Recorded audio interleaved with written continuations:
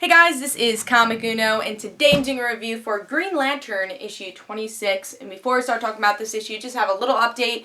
Of course, I have Comic Uno episode 25, and that's the show where I review all the comics I read this week in one show. Not a lot of comics this week, but it is a special milestone episode for episode 25, so be sure to check that out. I'm reviewing what you guys picked, TMNT, the micro series for the Shredder. Then we have Marvel Knights X-Men and Green Arrow issue 26, so definitely check out those exclusive reviews for Comic Uno episode 25 on Dark Avenger Inc. But let's talk about Green Lantern issue 26. The cover's okay. We get to see the continuation of the story. The Star Sapphire, she's a rogue, and the Green Lanterns are trying to capture her. And we've seen this girl's story a little bit previously in Vendetti's run. I think it was Vendetti's run. I don't think it was in Jeff Johns' run at all. But we saw her escape, and now we're continuing this story. And the last issue is okay for me. A lot of the Green Lantern issues just have been okay, especially this month. They're just very... I feel like they don't know what direction they're going, and that is a problem. I felt that in this issue too, and I'll continue talking about that as I talk about the story. But there is a very hovering thought of like, do they know what direction they're going? And it doesn't feel like they do. But the cover is pretty cool. I still really enjoy the art for Green Lantern, and let's see if I enjoy the story.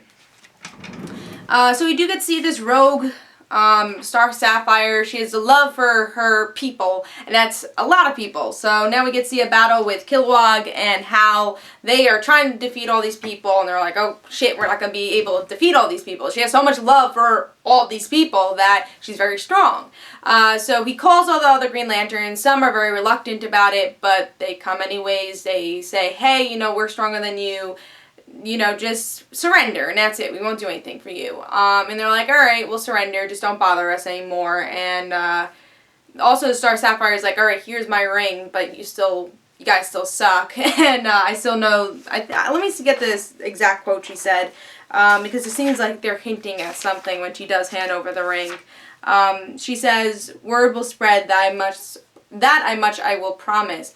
Whenever any Lantern ever uses a ring, you destroy the universe. So she does know something about the problems with the Green Lantern Corps and their whole power source problem.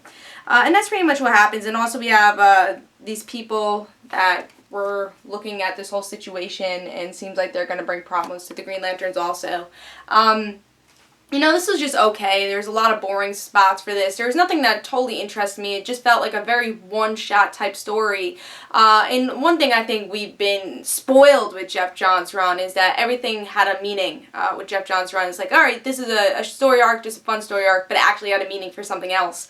And everything built upon each other. And we had some great character interactions. And with this, we haven't had great character interactions. They've been boring one-shot stories lately, especially after Lights Out. Lights Out was okay. It was an okay story arc. It wasn't bad. But ever since then, I just don't know what direction they're actually going with Green Lantern, and that is a shame. I really don't know what direction. And usually if you have a boring action story like this Star Sapphire, then okay, fine. We usually have some good character moments, and with this we really don't. I just feel like Hal as a leader doesn't know where he's going, the story doesn't know where it's going, there's not a lot of character interaction, there was just a lot of fighting, but nothing so interesting in my opinion.